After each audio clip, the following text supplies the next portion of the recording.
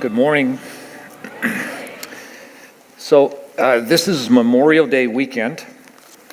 You knew that, right? Go ahead and take tomorrow off. All of you. Even if you're scheduled to be in, you let your boss know, Pastor at church said, take the day off. Let me know how that goes. Do you know why we celebrate Memorial Day? Because people died working for protecting freedom in our country. You know, it actually began as Decoration Day in 1853. So many people had died during the Civil War that for the first time as a nation, we set up national cemeteries so they would have places for them to be buried. And it was decided that the 30th of May, would be the day that we would take flowers and spread those over the graves as a reminder of those that had lost their lives and plant flags beside their graves. We still do that today. It's just not called Decoration Day any longer, but it's still a day of remembering. And so think about that tomorrow while you're celebrating and enjoying family barbecue and working in the backyard or whatever you do. Take a little bit of time to reflect on what the day really is all about. So that's it for that. What a great way to start, right? Yeah.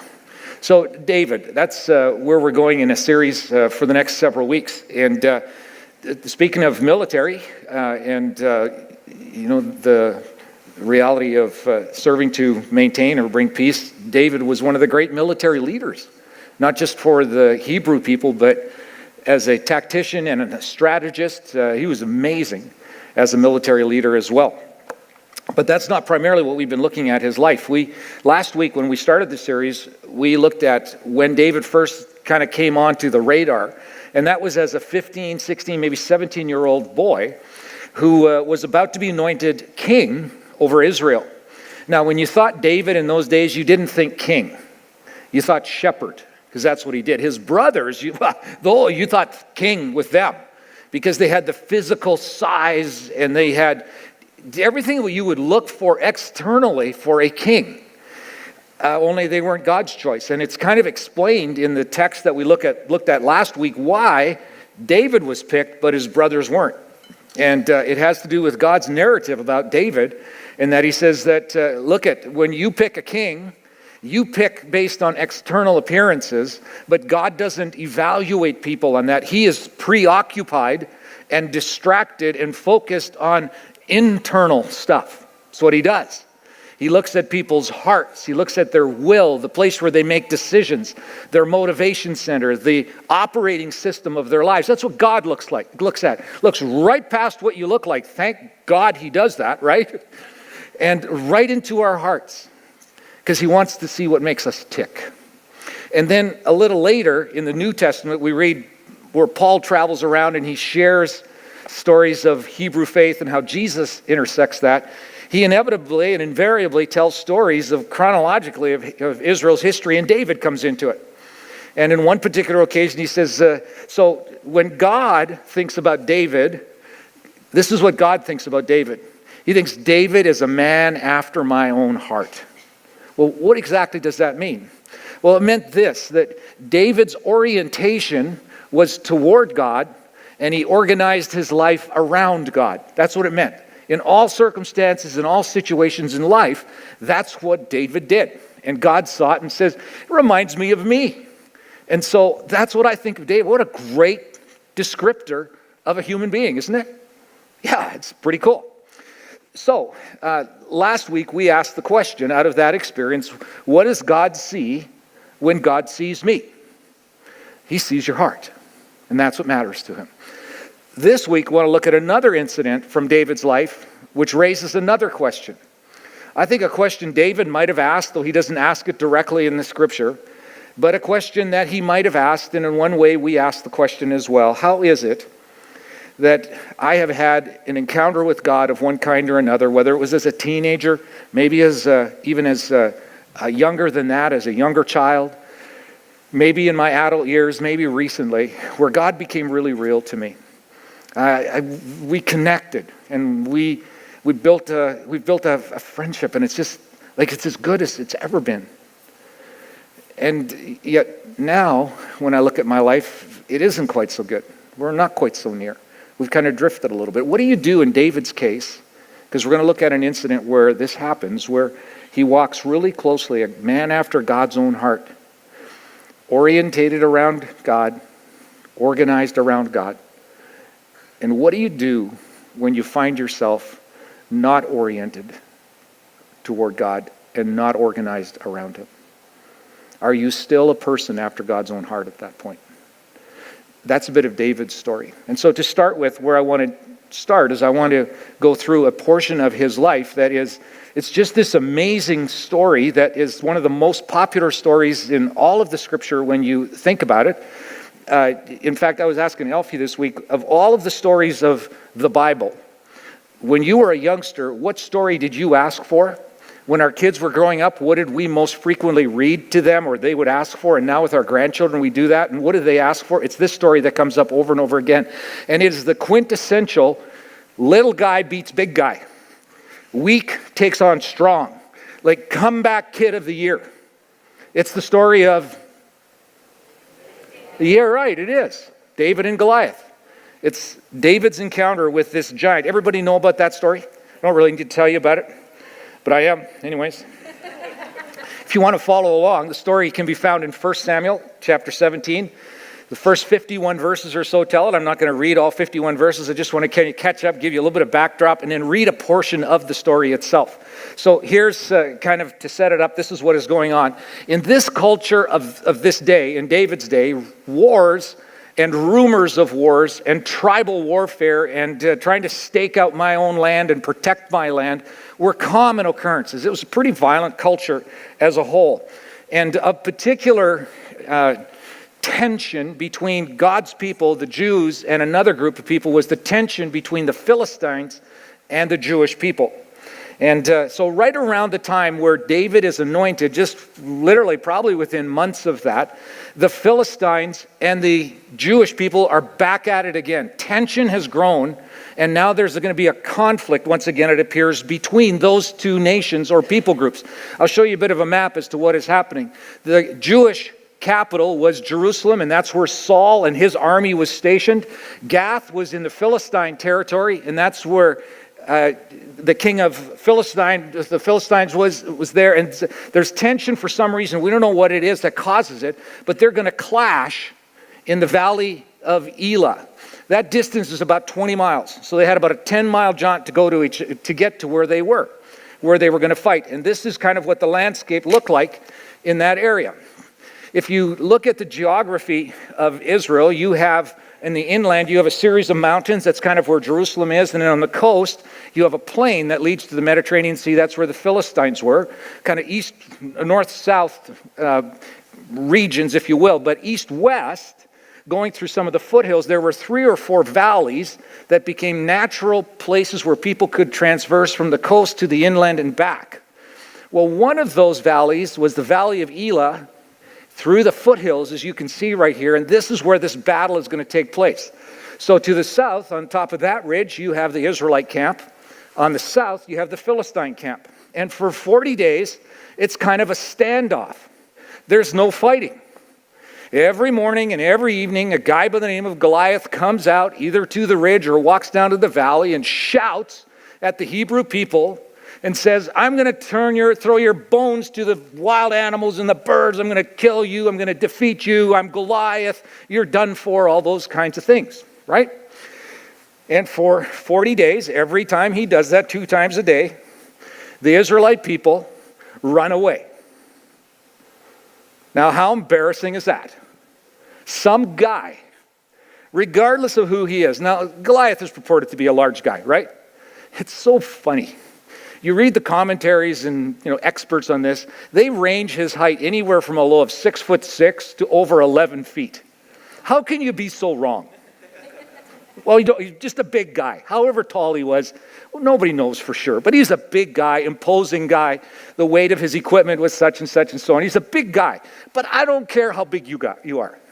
You don't come out and shout insults at people and the whole army run away. That's wimpy. Isn't it?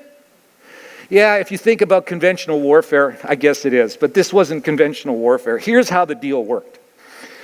Israel would pick their best guy, the Philistines would pick their best guy, and they would go at it, and the winner took everything. If Goliath wins, the whole nation is going to be subjected to being slaves and folks who are going to be led by the Philistines. And there's a lot on the line, right? Here's the thing. Israel had nobody that could compete with Goliath. Not a soul. So it's actually pretty smart to run then, isn't it? With that much on the line, run away. Maybe something good will happen. Maybe God will intervene. Maybe Goliath will fall over or have a heart attack or something. Like, we do this long enough, maybe something good would happen. A really brilliant warfare strategy, really, really. But on one of these occasions, David, whose 3 older brothers are fighting for Saul from that south ridge, that south hill, Jesse, David's dad, sends him to his brothers and says, hey, go take them some home-cooked food and bring back a report to let me know how they're doing. I care about my boys. I want to know how they're doing. Well, that happens to be the day that David arrives just as Goliath is coming out to taunt and curse and that kind of thing. And David kind of looks around and goes, so who's going to stand up and take him on? No volunteers. So you know how the story goes. Who volunteers? Little pipsqueak, ruddy little David steps forward and says, I'm in. I'm going to do that. To which everybody says, don't be stupid. You can't win. You can't take him on. And David decides, I'm going to do it anyways. Like, it's an amazing story of courage, right? So let's pick it up at that point where David has decided, I'm in on this thing. I'm all in on it. And this is how we're going to do this. So in verse 40, it begins this way. David picked up 5 smooth stones from a stream and put them into his shepherd's bag. Then, armed only with his shepherd's staff and a sling, he started across the valley to fight the Philistine. Goliath walked out toward David with his shield bearer ahead of him, sneering in contempt at this ruddy-faced boy. Am I a dog, he roared at David, that you come at me with a stick? And he cursed David by the names of his God. Come over here, and I'll give your flesh to the birds and wild animals, Goliath yelled. David replied to the Philistine, you come to me with a sword and a spear and a javelin, but I come to you in the name of the Lord of heaven's armies. Fantastic. Way to go, David. Carry the banner. Fight for God. That's great. The God of the armies of Israel, whom you have defied. Today the Lord will conquer you, and I will kill you. I'll cut off your head. And then I'm going to give the dead bodies of your men to the birds and wild animals, and the whole world will know that there is a God in Israel. What a defender of the faith, right? Admirable. And everyone assembled here will know that the Lord rescues his people, but not with the sword and the spear. This is the Lord's battle, and he will give you to us. So Goliath moved closer to attack David, and David quickly ran out to meet him. Reaching into his shepherd's bag and taking out a stone, he hurled it with his sling and hit the Philistine in the forehead. The stone sank in, Goliath stumbled and fell to the ground. So David triumphed over the Philistine with only a sling and a stone, for he had no sword. Then David ran over, pulled out Goliath's sword. Whoa, right? Pulled out Goliath's sword from its sheath. David used it to kill him and cut off his head. When the Philistines saw that their champion was dead, they turned and they ran. And the credits roll, the audience cheers, the movie is over, we won by the force of God and the power of who he is, using Goliath's own sword to take his life. Awesome ending. Right? Come on. That's courage. Yeah, it is. Yeah, only the story isn't about courage. You know what's the story about? It's a story about how someone thinks when over the course of some time they have oriented their life around God and they have organized their life in such a way that God is at the center of it. It's the result of something. David wasn't courageous in that moment. He wasn't. It's just who he was. It's who he became. Because that little boy of 15, 14, 16, 17, whatever it was, when he stands in front of Goliath, he isn't making up his mind in that moment to be courageous. He can't think of anything else to do. Why? Because for many years now, he has oriented his life toward God.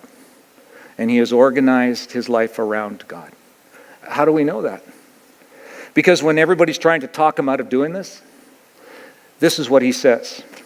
He says, when I was just, years ago out in the field taking care of sheep, just doing what shepherds do, bears and lions would come along, and God would empower me with just a club and my bare hands to take on the bears and the lions to protect the sheep. And I did that by God's power. I discovered something about him. I know who he is. And if he can do that then, he can do this now. That's just the way I think. I know, Saul, you don't think that way, but I do. It's just what's happened to me as I have oriented my life toward him. And I have organized my world around him. It's the effect of that. It's just how he thinks. Isn't that's an amazing story. It sounds like it's about courage, but it's really not about courage. It's something else.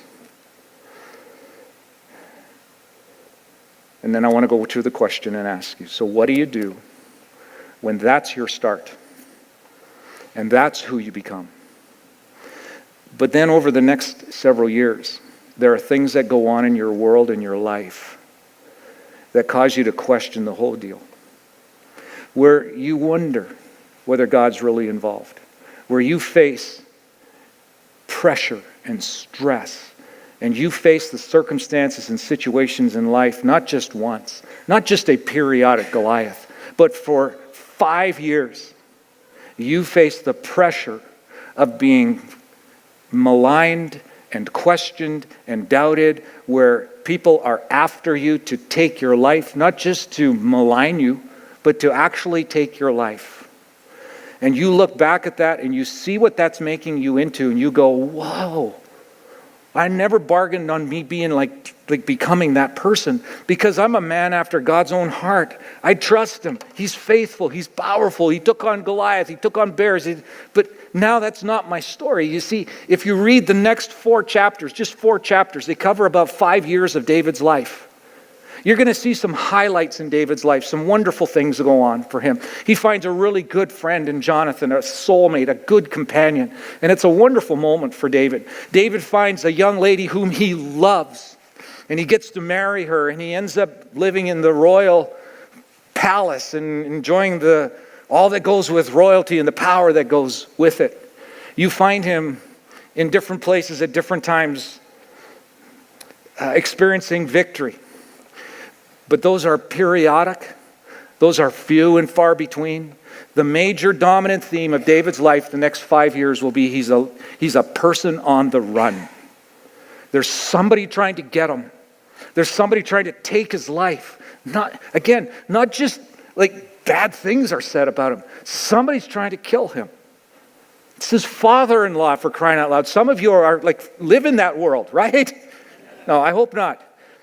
But his life is under constant threat of death from an insanely jealous king and father-in-law. At one point, he's given one of the king's daughters to marry. And it's engagement night, wedding night, whatever it is. And the king comes up with this idea. Hey, tell you what, as an engagement present to David, what I'm going to do is I'm going to put him on the front line where the battle is raging, so hopefully he dies and never marries my daughter. And then when that doesn't happen, he gives a daughter to somebody else to marry. This is the kind of guy that Saul is and the kind of world that David lives in. The king orders Jonathan, David's soulmate friend, to assassinate David. What's that like? How do you live under that? Not just periodically, but for months and years at a time. Year after year, David lives under the cloud of the king trying to kill him. And one day when it looks like the king has gotten the best of him, David is in his home.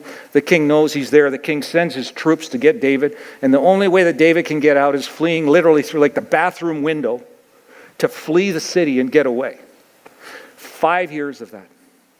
What does that do to your soul? What does that do to you? How does that affect you? Well, we know it affected David profoundly.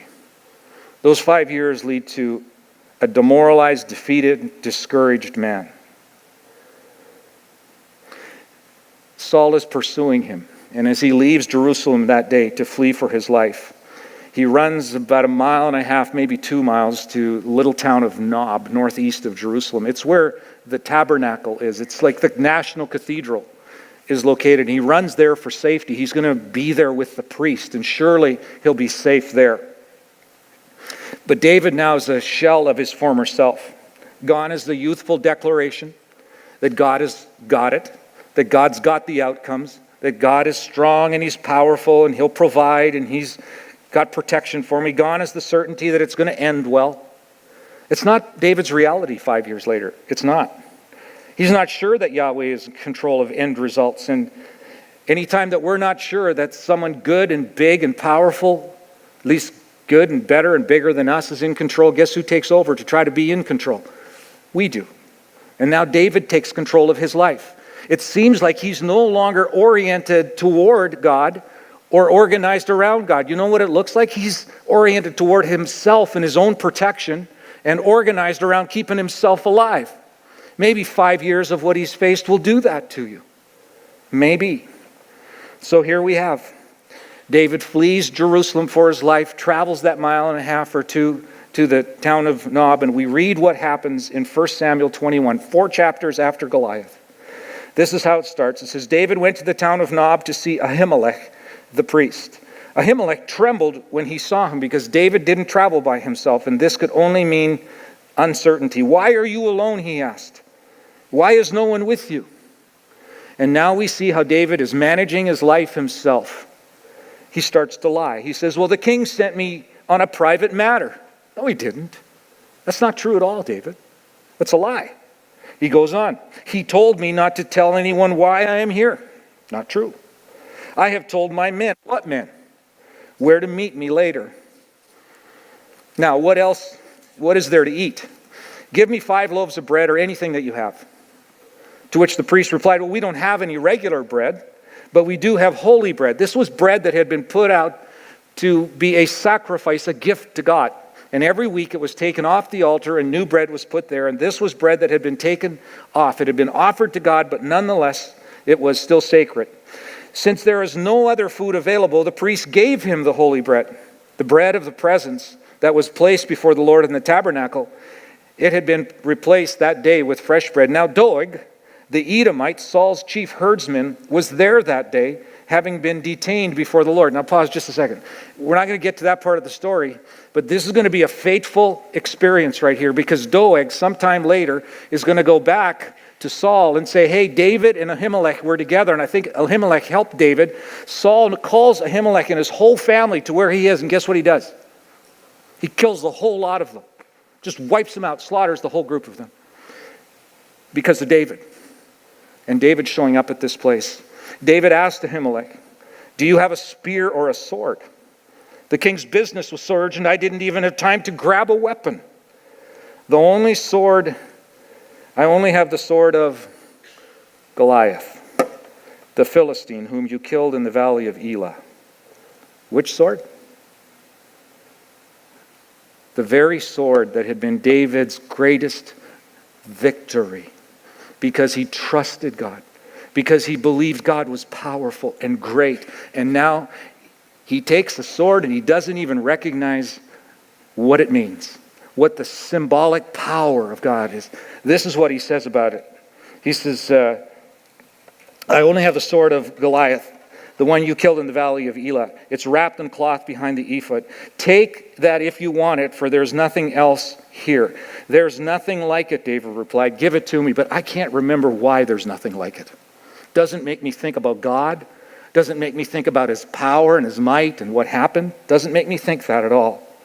So David escaped from Saul and went to King Achish of Gath. Where? Who had David defeated? The Philistines. What was the capital of Philistia? Gath. King Achish was the one that he defeated. Where's he going now? For some reason, it makes sense to him to go down to Gath, the enemy that he's defeated, the ones that defied God, the ones that hate God, the ones that he said, God will get you because you totally defy him. That's where David goes with a sword that he can't remember the power of it. You know where he goes? Where he walks to get there? Take a look at this map. He's got to go from Nob through the valley of Elah to Gath. There's no other route to go. He walks right through the place of his greatest victory, carrying the sword that's a symbol of his greatest victory. And nothing goes off in his mind to say this is where God is powerful and God's great and God's good. Why? Because those 5 years have caused him to wonder whether orienting his life toward God and organizing around God are really the way to go. He's questioning it. He's not sure anymore. Is this what I should do? Does this make sense? Is this going to turn out all right? But he ends up in Gath. It's where he goes. And in verse 11 we read, but the officers of Achish were unhappy about his being there. Isn't this David, the king of the land? They asked. Isn't he the one the people honor with dances, singing, Saul has killed his thousands and David his tens of thousands? David heard these comments, and he mustered up the strength that he had the day that he defeated Goliath. No, actually, he was very afraid of what King Achish of Gath might do to him. Afraid? Yeah, afraid. So, if you can believe this, he pretended to be insane, scratching on doors and drooling down his beard. Are you kidding me? This is the same guy? That's insane. What happened to our feel-good story? What happened to the guy who's a man after God's own heart? Finally, King Achish said to his men, must you bring me a madman? This is kind of funny. We already have enough of them around here. Why should we bring like another one into this? So David left Gath and he escaped to the cave of Adullam. Here's another map. He's got to walk right up the valley of Elah again, take a right to get to Adullam. What's happened to him? Is that a tragic story? I really prefer the feel-good ending at the end of like the Goliath story. Again, what does a person do when you've made a great start with God and you've had that moment, that season, that time in your life where he's real and he's good and he's gracious and you're confident in him and your life is filled with faith and you think you can tackle anything by his power and his might. His favor seems to be on you and it's just a good time with him. And then something happens. Somebody disappoints you. God seems to have abandoned you and left you on your own. Somebody who you love really a lot fails you or dies and is gone, or that degree that you worked so hard for is just a dead end and you can't get anywhere. You thought you were making good decisions about something, but it turned out to be the worst decision you can make. Divorce happens and failure happens and you can't have children and stuff of life happens, right?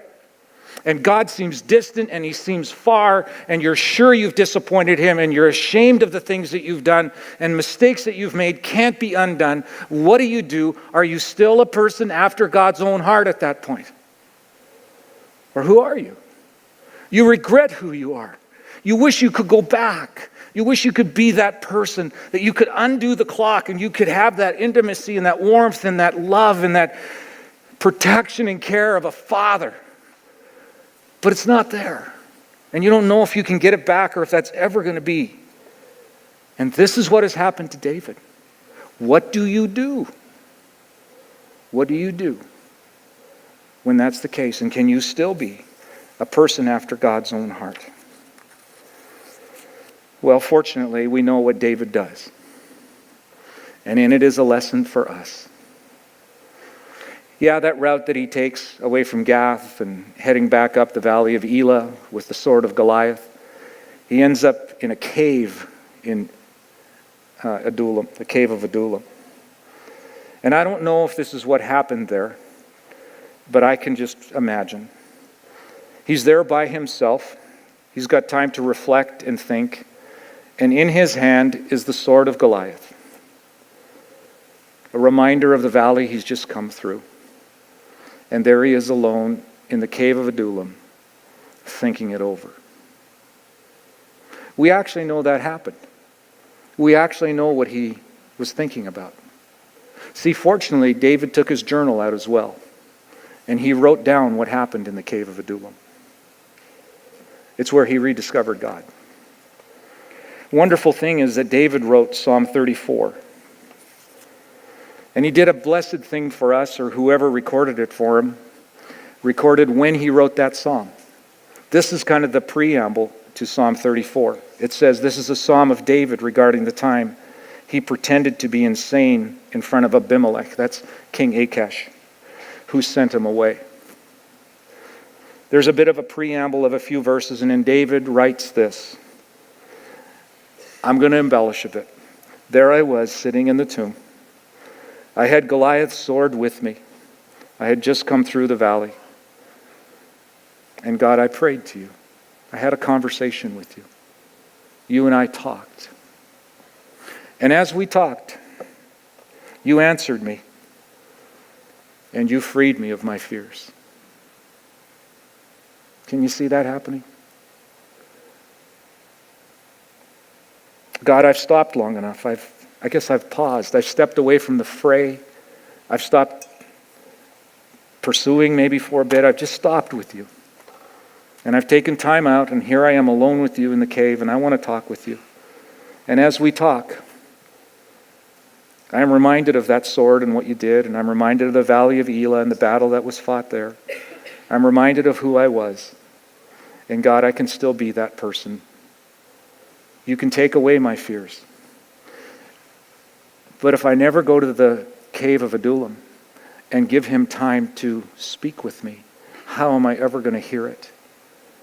You see, for some, when we move away from orienting around God and arranging and organizing our lives around him, what happens for us is we drift, we leak. Usually it isn't all at once that it's just gone.